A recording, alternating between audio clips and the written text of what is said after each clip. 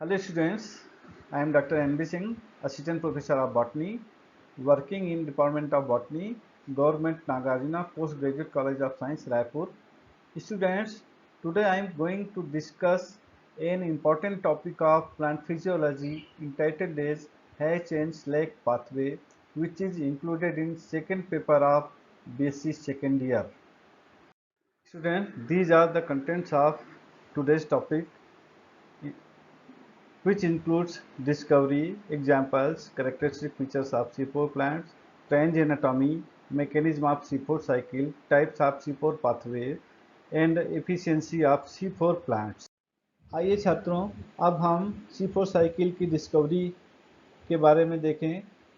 तो हम ये पाते हैं कि C4 प्लांट में जो C4 साइकिल होती है, इस पर सबसे पहला अध्ययन किया गया था कोर्टसैक एवं हार्ट नामक साइंटिस्ट के द्वारा गन्ने के पौधों के ऊपर। इन्होंने अपनी स्टडी के दौरान का एक 4 कार्बन कंपाउंड जिसको ऑक्जेलोएसिक एसिड के नाम से जाना जाता है, इसे इन्होंने फर्स्ट स्टेबल कंपाउंड के रूप में प्राप्त किया था। चूंकि ऑक्जेलोएसिटिक एसिड एक कार्बन 4 कार्बन कंपाउंड है, ये एक प्रकार का डाइकार्बोक्सिलिक एसिड है। ऐसी स्थिति में इसी के कारण इस पाथवे का नाम C4 साइकिल या डाइकार्बोक्सिलिक एसिड साइकिल रखा गया।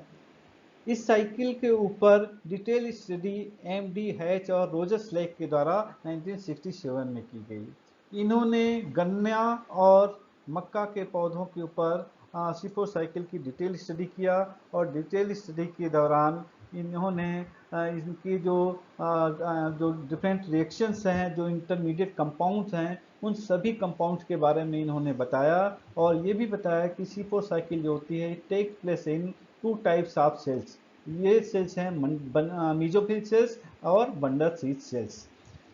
अब हम यहाँ पर उन पौधों के बारे में भी देखें कि जिनमें C4 साइकिल पाई जाती है।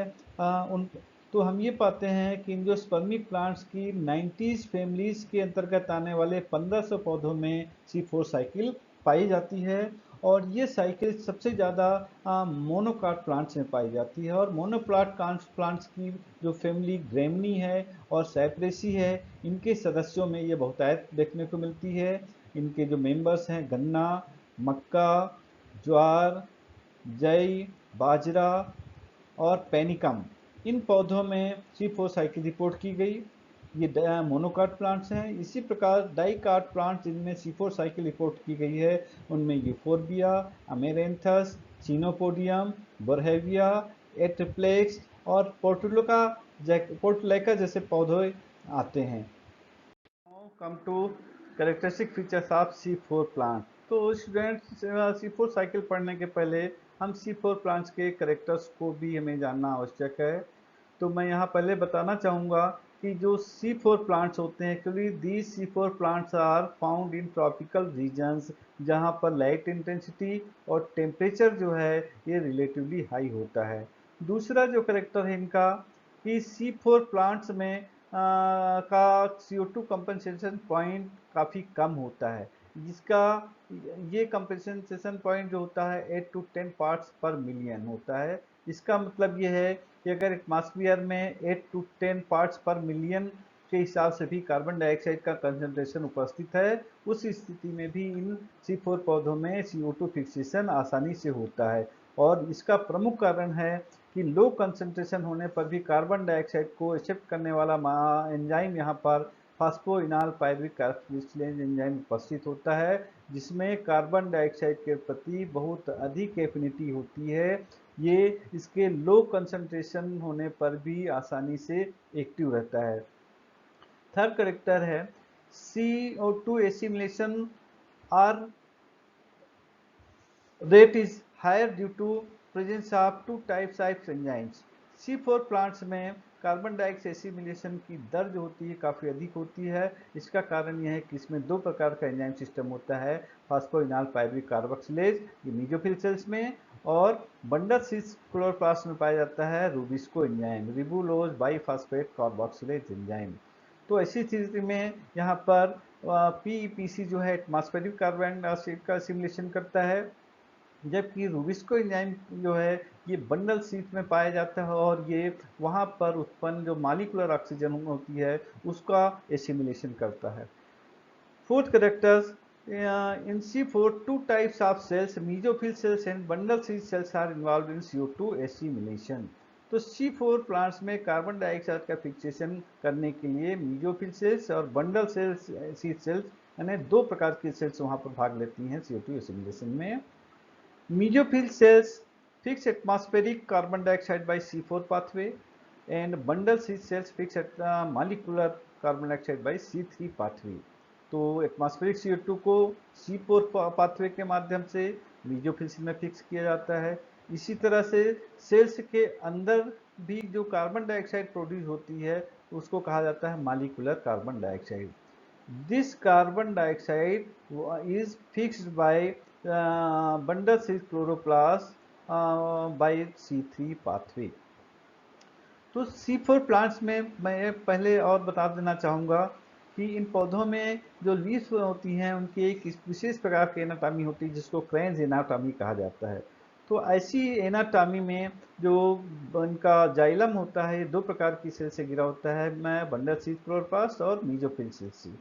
तो इस प्रकार का जो अरेंजमेंट होता है सेल्स में, वो उस अरेंज का पौधों के लिए एक बहुत बड़ा बेनिफिट होता है कि यहाँ पर जो ऑक्सीजन रिलीज होती है मीजोफिल सेल्स में, ये बंडल शीथ सेल्स में प्रवेश नहीं कर पाती है क्योंकि बंडल शीथ का जो सेल्स है ये सेल वॉल है, it is impervious to gases, atmospheric gases.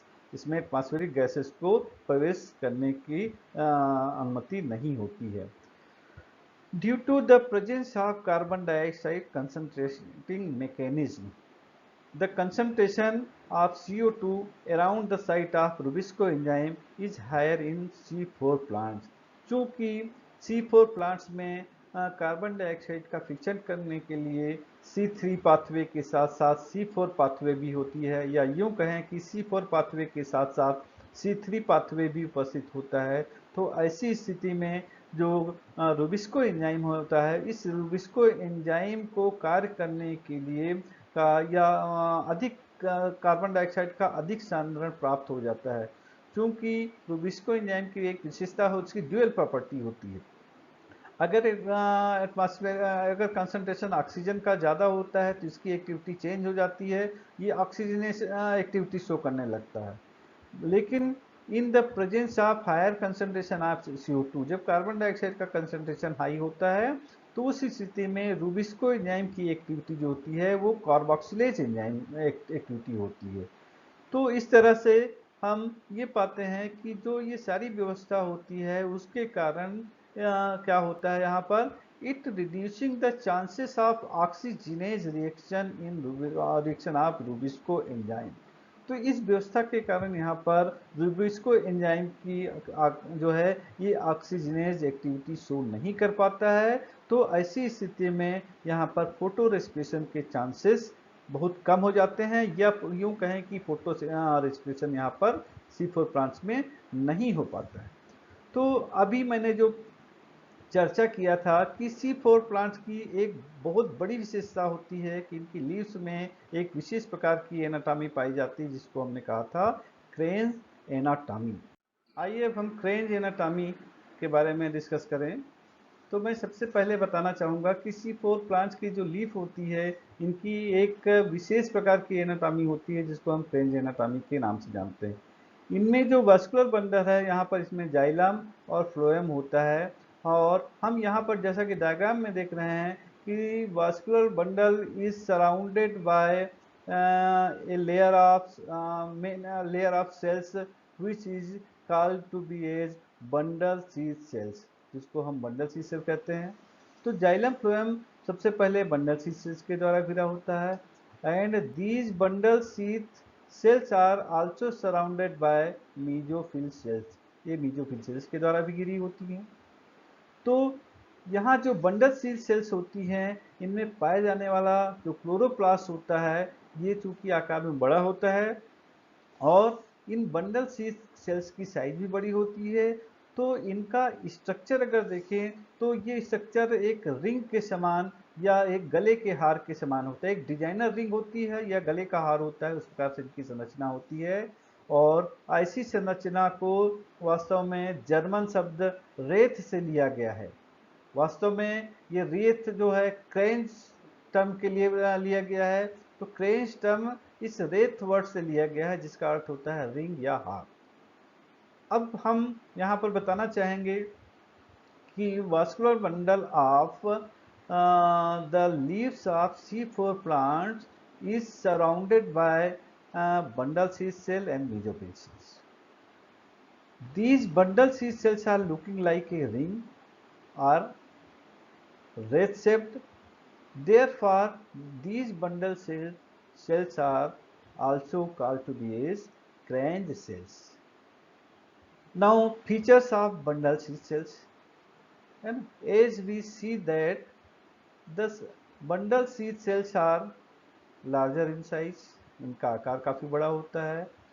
They are several layered, यहाँ पर एक से अधिक लेयर्स होती है बंडल सीड सेल्स की। जाइलम के चारों ओर बंडल सीड सेल्स की एक से अधिक या यूं कहें कि दो या अधिक लेयर्स होती हैं। बंडल सीड सेल्स का जो वॉल होती है एक्चुअली ये थिक वॉल्ड होते हैं। Bundle sheath cells are impervious to gases, ये जो एक्सटर्नल गैसेस होती हैं इनमें एंटर नहीं कर पाती हैं। And these cells are without intercellular spaces, तो बंडल सीड सेल्स में इंटरसेलुलर स्पेस का अभाव होता है। तो इस प्रकार से हम ये देखते हैं कि यहाँ पर दो प्रकार की सेल्स हैं पाई जा रही हैं जो कि C4 पाथवे में, C4 साइकिल में इन्वॉल्व होती हैं, bundle sheath cells and bundle mesophyll cells. चूंकि both these cells contain chloroplast, दोनों सेल्स में क्लोरोप्लास्ट पाया जाता है। And these chloroplast are different in structure, इनका स्ट्रक्चर भी अलग अलग होता है। तो ऐसी स्थिति में C4 प्लांट्स में जो क्लोरोप्लास्ट होता है ये डाइमार्फिक होता है ना। तो the presence of dimorphic chloroplast in leaf cells, इनमें डाइमार्फिक क्लोरोप्लास्ट उपस्थित होता है। अब इस डाइमार्फिक क्लोरोप्लास्ट की क्या विशेषता होती है, इसको यहाँ पर बहुत अच्छी तरह समझना होगा। तो अगर हम साइज की बात करें तो यहाँ पर जो मेसोफिल क्लोरोप्लास्ट होता है it is smaller in size, whereas the size of bundle seed chloroplast is large, बड़े आकार का होता है bundle sheath chloroplast. Mesophyll cell contain granum, but granum is absent in bundle seed chloroplast. Due to the presence of grana, light reaction take place only in mesophyll chloroplast. Bundle seed cell does not perform light reaction. Similarly, starch grain की बात करें तो starch grains are absent in mesophyll chloroplast. क्योंकि यहाँ पर C4 pathway होता है तो ऐसी स्थिति में यहाँ पर स्टार्च नहीं बन पाते हैं। But starch grains are present in bundle sheath chloroplast due to presence of C3 cycle. चूंकि यहाँ पर C3 साइकिल होती है बंडल सीड क्लोरोप्लास्ट में, तो ऐसी स्थिति में यहाँ पर स्टार्च ग्रेन फॉर्मेशन होता है। और due to the formation of starch grain, starch grains are found in bundle seed chloroplast. Now, number of chloroplast, तो हम ये पाते हैं कि number of chloroplast is lesser in mesophyll cell in comparison to bundle seed cells. CO2 fixation, in mesophyll CO2 fixation takes place by C3 cycle, whereas in bundle seed chloroplast carbon dioxide fixation takes place by C3 cycle. Similarly, there are two types. Similarly, there are the carbon dioxide fixing enzymes of mesophyll chloroplast is phosphoenol pyruvic carboxylase enzyme, whereas Rubisco enzyme fix carbon dioxide in bundle seed chloroplast by C3 cycle. तो पूर्व में मैंने बताया कि जो rubisco होता है इसकी जो प्रॉपर्टी होती है, एक्टिविटी होती है, वो ड्यूअल होती है, दो तरह से ये कार्य करता है। जब when the concentration of oxygen is high, जब ऑक्सीजन का कंसंट्रेशन हाई होता है तब रुबिस्को एंजाइम की एक्टिविटी चेंज हो जाती है और ये ऑक्सीजनेज एंजाइम की तरह कार्य करने लगता है। ये एक ऑक्सीजन का उपयोग करने लगता है। इसी तरह से जब कार्बन डाइऑक्साइड का कंसंट्रेशन इसको ज़्यादा मिलता है तो इसकी एक्टिविटी चेंज हो जाती है और ये कार्बोक्सिलेज एंजाइम की तरह कार्य करने लगता है और ये अब कार्बन डाइऑक्साइड का फिक्सेशन करने लगता है। अब प्रश्न उठता है कि जो डाइमॉर्फिक क्लोरोप्लास्ट है इसका पौधों को क्या बेनिफिट मिलता है। तो हम ये पाते हैं कि this dimorphic chloroplast prevents the photo respiration, इसके कारण C4 पौधों में फोटो रेस्पिरेशन नहीं हो पाता है। And second, increase the tolerance of high temperature, क्योंकि फोटो रेस्पिरेशन यहाँ पर नहीं होता है, इसमें एनर्जी लॉस कम हो जाता है। तो ऐसी स्थिति में ये पौधे हाई टेम्परेचर पर भी आसानी से ये ग्रो करते हैं, हाई टेम्परेचर को आसानी से टॉलरेट करते हैं। Now mechanism of C4 cycle. C4 cycle जैसा कि मैंने पहले भी बताया, it take place in two types of cell in C4 plants. C4 पौधे में C4 साइकिल जो है दो प्रकार की कोशिकाओं में होती हैं, mesophyll cells and bundle sheath cell. दो प्रकार की सेल्स मैंने यहाँ बताया है।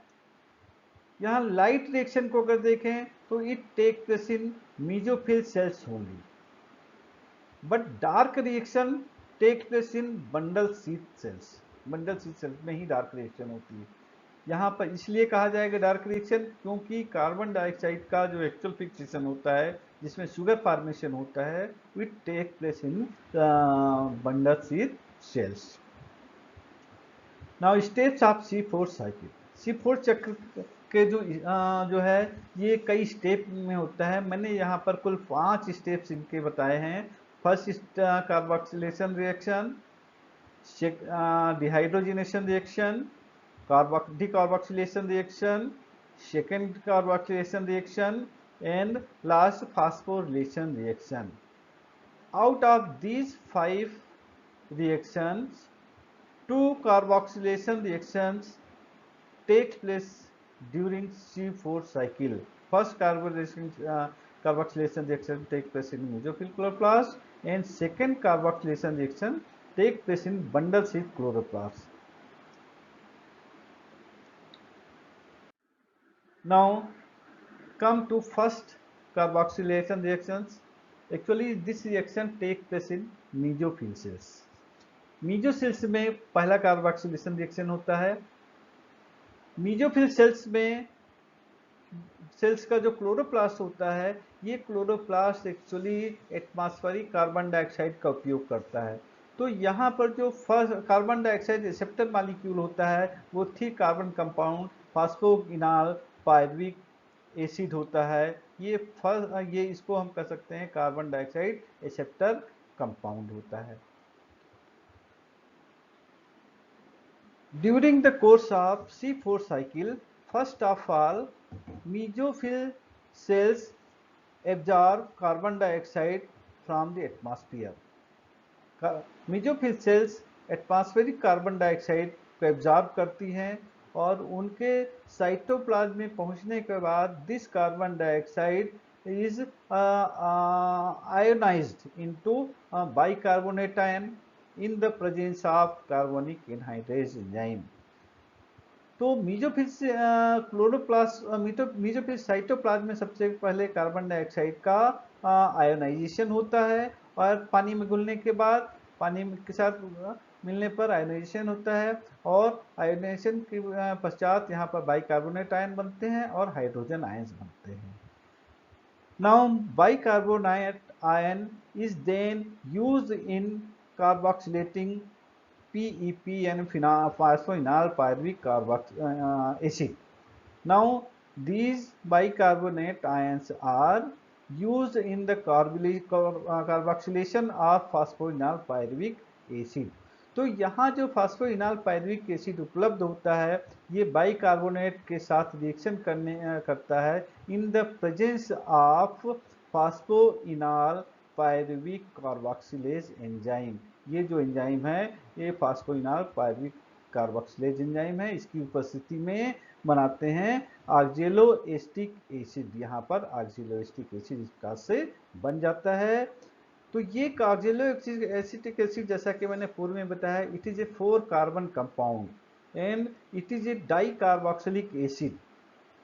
ये 4 कार्बन वाला कंपाउंड होता है और it is the first stable compound of the C4 cycle. इसीलिए C4 साइकिल को कहा गया है C4 साइकिल नाम दिया गया है। तो यहाँ पर हम देखते हैं कि phosphoenol pyruvic carboxylase of the C4 cycle is found to have more affinity with carbon dioxide. तो फास्फोइनॉल पायरुविक एसिड की एक विशेषता होती है इस एंजाइम की कि ये एंजाइम जो होता है का एटमॉस्फेयर में अगर कार्बन डाइऑक्साइड का कंसंट्रेशन जो होता है बहुत कम होता है, तब भी ये आसानी से एटमॉस्फेरिक कार्बन डाइऑक्साइड का यूटिलाइजेशन करता है और ये लगातार ऑक्जेलोएस्टिक एसिड प्रोड्यूस करता है in the presence of light. Now second reaction is the dehydrogenation reaction. Dehydrogenation reactions take place in mesophyll cells. Dehydrogenation reaction जो होती है यहाँ पर ये मीजोफिल सेल में ही होती है। इसमें जो रिएक्शंस होती हैं उसमें पहली रिएक्शन होती है in the presence of malate dehydrogenase enzyme, oxaloacetic acid is converted into malic acid in the presence of NDPH। तो यहाँ पर सबसे पहले ऑक्जेलोएस्टिक एसिड जो है मैलिक डिहाइड्रोजिनेज एंजाइम की उपस्थिति में ये मैलिक एसिड में कन्वर्ट हो जाता है और इस प्रोसेस में यहाँ पर NADP का यूटिलाइजेशन होता है और NADP बनता है। तो जो मैलिक एसिड यहाँ पर ये बना हुआ है, ये मैलिक एसिड या तो जो मीजोफिल सेल्स हैं इनमें उपस्थित जो वैक्यूल्स वहाँ पर स्टोर कर लिया जाता है और जब स्टोरेज होता है तो उस स्थिति में this malic acid is converted into स्पार्टिक acid in the presence of transaminase enzyme. लेकिन अगर मैलिक एसिड का यूज तत्काल होना है तो उस स्थिति में this malic acid which is present in the which is formed in the chloroplast of mesophyll cells is diffused into cytoplasm of mesophyll cells। तो ये मैलिक एसिड जो है यहाँ से साइटोप्लाज्म में आ जाता है and then this malic acid is diffuse into bundle sheath cell. Malic acid देखिए यहाँ से बंडल सीथ सेल्स में डिफ्यूज हो जाता है थ्रू प्लाज्मोडेस्माटा। तो यहाँ पर जो बंडल सेल्स हैं और मीजोफिल सेल्स हैं, both of these cells are connected with each other by means of these plasmodesmata. तो C4 प्लांट्स में हमने देखा कि यहाँ जो मैलिक एसिड बना हुआ है it is diffuse in bundle sheath cells. In bundle sheath cells decarboxylation reactions takes place. Bundle sheath cells में मैलिक एसिड का डिकार्बोक्सिलेशन होता है और डिकार्बोक्सिलेशन कैसे होते हैं यहाँ पर देखिए, जो मैलिक एसिड डिफ्यूज होकर यहाँ आया हुआ है बंडल सीथ सेल्स में, in bundle sheath chloroplast malic acid utilize NADP in the presence of NADP malic dehydrogenase enzyme, जिसको हम शॉर्ट में NADP-ME एंजाइम कहते हैं। तो in the presence of malic NADP malic dehydrogenase enzyme malic acid is converted into pyruvic acid. Malic acid यहाँ से जो बना है ये कन्वर्ट हो जाता है पायरुविक एसिड में इन the presence of NADP-ME enzyme, in the presence of NADP-ME enzyme. तो यहाँ पर जो पायरुविक एसिड बनता है इसके साथ साथ NADPH and carbon dioxide is also produced within bundle sheath chloroplast. तो बंडल सीथ क्लोरोप्लास्ट में NADPH बना और साथ साथ में यहाँ पर कार्बन डाइऑक्साइड गैस भी बनती है। एक्चुअली ये कार्बन डाइऑक्साइड इंटरनली प्रोड्यूस हो रही सेल्स में, सेल्स के अंदर बन रही है, इसलिए इसको कहा जाता है मॉलिक्यूलर कार्बन डाइऑक्साइड। ये मॉलिक्यूलर कार्बन डाइऑक्साइड बनी और ये NADPH बना। यहाँ जो मॉलिक्यूलर कार्बन डाइऑक्साइड है, इसका यूज आगे किया जाएगा C3 पाथवे के माध्यम से। लेकिन जो पायरुविक एसिड बना है, जो ये पायरुविक एसिड बना है, ये pyruvic acid diffuse into mesophylls through plasmodesmata. Pyruvic acid जो यहाँ बना हुआ है, यहाँ से बंडल शीथ क्लोरोप्लास्ट से निकलकर जो प्लाज्मोडेस्माटा के माध्यम से वापस, या यूं कहें प्लाज्मोडेस्माटा के माध्यम से मीजोफिल सेल्स में पहुंच जाता है। Then the CO2 produced within bundle sheath cells. Bundle sheath cells के अंदर बनने वाली CO2 को मैंने पहले ही कहा मॉलिक्यूलर कार्बन डाइऑक्साइड कहा जाता है।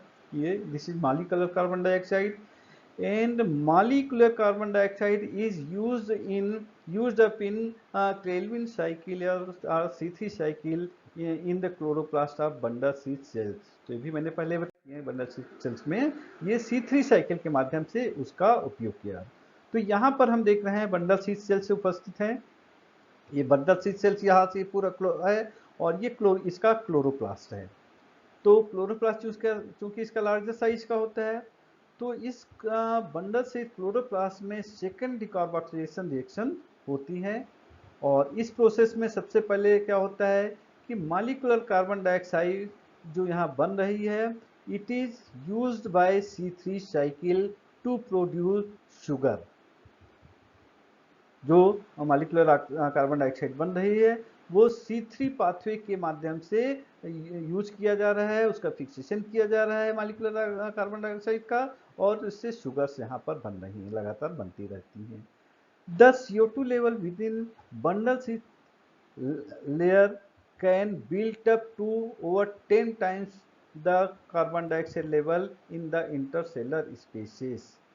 तो बंडल शीथ क्लोरोप्लास्ट में चूंकि कार्बन डाइऑक्साइड यहाँ पर बनती रहती है लगातार, तो ऐसी स्थिति में इसका कंसंट्रेशन जो है लगभग 10 गुना तक बढ़ जाता है, जिसके कारण रुबिस्को एंजाइम की ऑक्सीजनेज एंजाइम एक्टिविटी जो होती है ये सप्रेस हो जाती है, ये नहीं हो पाती है। तो ऐसी स्थिति में यहाँ पर फोटो रेस्पिरेशन के चांसेस समाप्त हो जाते हैं, फोटो रेस्पिरेशन नहीं हो पाता है। Now molecular carbon dioxide is accepted by 5 carbon compound RUBP ribulose biphosphate which is also known to be as RUDP in the presence of Rubisco enzyme, ribulose biphosphate carboxylase enzyme। तो यहाँ पर CO2 जो है ये use किया जाता है ribulose biphosphate के द्वारा, और यूटिलाइज करने के पश्चात ये फर्स्ट जो किए हुए एक्सेप्टर मॉलिक्यूल होता है कार्बन डाइऑक्साइड का, तो ये बना लेता है first stable compound PGA which is 3 carbon compound of C3 cycle. तो ये C3 साइकिल का first stable compound 3 carbon atom के रूप में बन जाता है। Now some of the PGA is utilize in the formation of sugars. ये जो PGA है इन C3 साइकिल में आप लोगों ने पढ़ा होगा कि it is used in the formation of triose phosphate. यहाँ पर ट्रायोस फास्फेट्स बनते हैं, उनसे बाद में शुगर बनता है, और यही शुगर इन पौधों की मिठास का कारण होता है। Now phosphorylation reactions in mesophylls chloroplast. जब पायरुविक एसिड जो है डिफ्यूज होकर मीजोफिल सेल्स में पहुंच जाता है, तो मीजोफिल सेल्स में पहुंचने के पश्चात ये माइटोकॉन्ड्रिया में एंटर करता है, माइटोकॉन्ड्रिया के अंदर डिफ्यूज हो जाता है, और वहाँ पर ADP और इनऑर्गेनिक फास्फेट, पायरुविक एसिड जो है ये इनऑर्गेनिक फास्फेट और ATP का यूज करने के बाद यूज करता है in the presence of pyruvate, in the presence of pyruvate phosphate dikinase enzyme. तो pyruvic acid in the presence of pyruvate phosphate dikinase enzyme use ADP and inorganic phosphate to produce phosphoenol pyruvic acid and AMP and 2 molecules of phosphate, inorganic phosphates। तो इस प्रकार से यहाँ पर फास्फोइनॉल pyruvic acid का regeneration हो जाता है। Now this phosphoenol pyruvate is regenerated in mesophyll cells. The AMP is phosphorylated by ATP under the catalytic influence of the enzyme adenylase kinase to form 2-ADP। जो यहाँ पर AMP जो यहाँ पर बनता है, यानी पायरुविक एसिड जब फास्फोनिल पायरुविक एसिड में कन्वर्ट होता है तो उस दौरान यहाँ पर AMP भी बनता है। तो ये AMP जो है बाद में एडिलेट काइनेज एंजाइम की उपस्थिति में ये ATP से रिएक्शन करके 2 ATP बना लेता है, and these ATPs may be converted back into ATP in light reaction of photosynthesis। तो इस प्रकार से यहाँ पर जो MP होते हैं बने होते हैं, ये MP से ATP से रिएक्शन करने के बाद 2 ATP में कन्वर्ट हुए रहते हैं। ये दोनों ADP जो हैं बाद में ATP में फिर कन्वर्ट कर दिए जाते हैं लाइट रिएक्शन के माध्यम से। तो इस प्रकार से C4 प्लांट्स में लाइट C4 साइकिल कंप्लीट हो जाती है। Now types of C4 pathway. अब ये भी देखा गया है चूंकि C4 पौधे जो हैं ये भी कई तरह के होते हैं, तो इनकी बनावट अलग अलग होती है, इनमें केमिकल कंपाउंड जो हैं और एंजाइम्स जो अलग अलग प्रकार के यूटिलाइज होते हैं। तो on the basis of type of enzyme use in decarboxylation of C4 acid in bundle sheath cells, there are 3 types of C4 cycles have been described. First type is NADPME type। तो first case में हम देखते हैं यहाँ पर जो pyruvic acid जब इस मैलिक एसिड में कन्वर्ट होता है तो उस समय यूटिलाइज होने वाला जो इन्वॉल्व होने एंजाइम होता है NADP मैलिक एंजाइम इन्वॉल्व होता है। तो ऐसा एंजाइम सिस्टम पाया जाता है गन्ना और शुगर कैन के पौधों में। तो जिन पौधों में या जिस C4 साइकिल में NADPME का एंजाइम का यूटिलाइजेशन होता है वो साइकिल जो होती है NADPME टाइप कहलाती है। दूसरा टाइप है NADME type, NADP malic enzyme type. तो ये इस प्रकार की साइकिल पाई जाती है पर्ल मिलेट में। इनमें जो एंजाइम यूज होता है यहाँ पर वो होता है NADME एंजाइम। तो जो पायरुविक एसिड से मैलिक एसिड के कन्वर्सन के समय यूज होने वाला एंजाइम यहाँ पर NAD मैलिक एंजाइम होता है।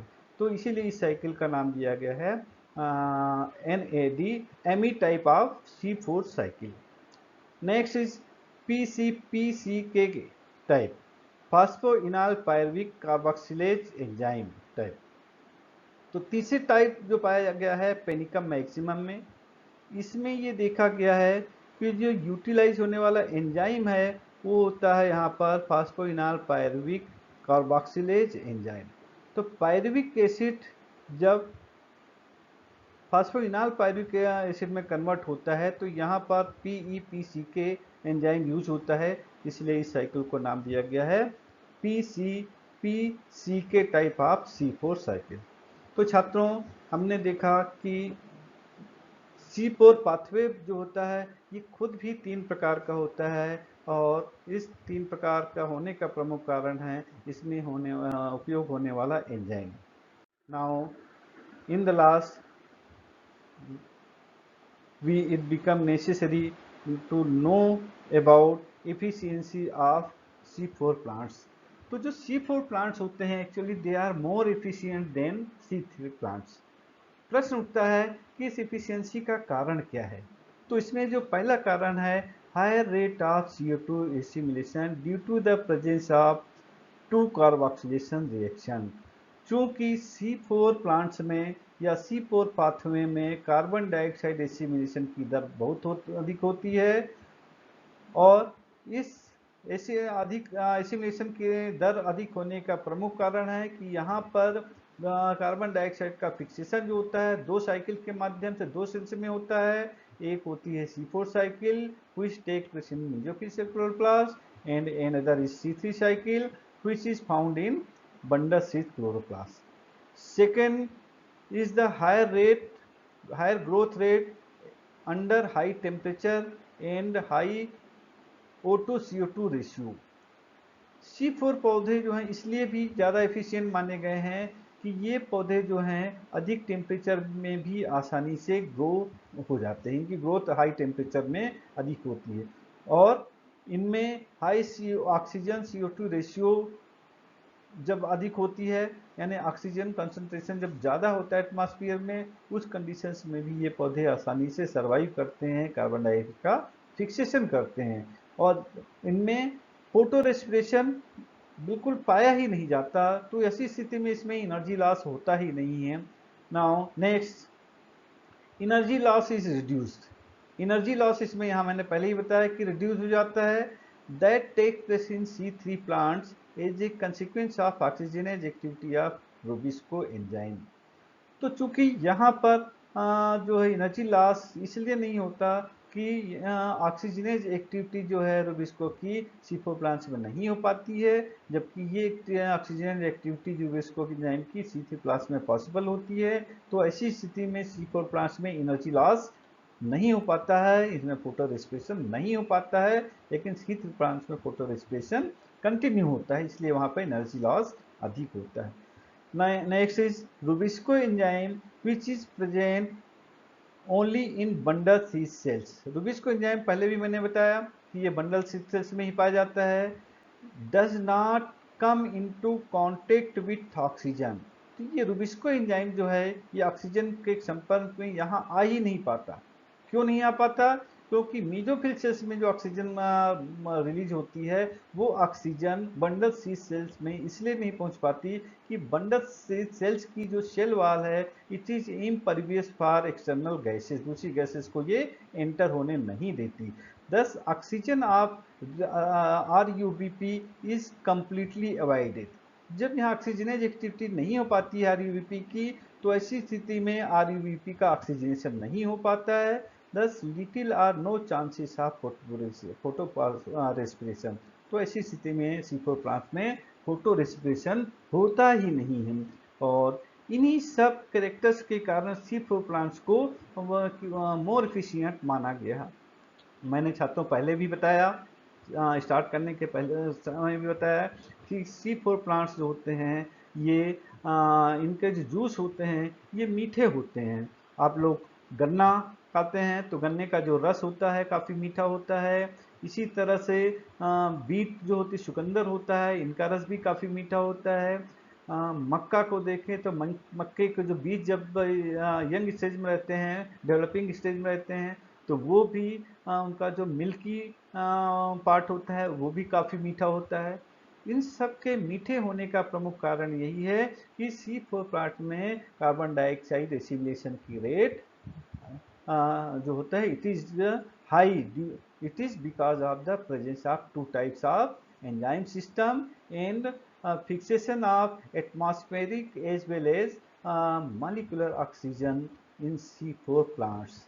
तो छात्रों, मुझे उम्मीद है कि आप लोगों को ये टॉपिक पसंद आया होगा और मैंने इसको अच्छी तरह से समझाने का प्रयास किया है। Thank you very much.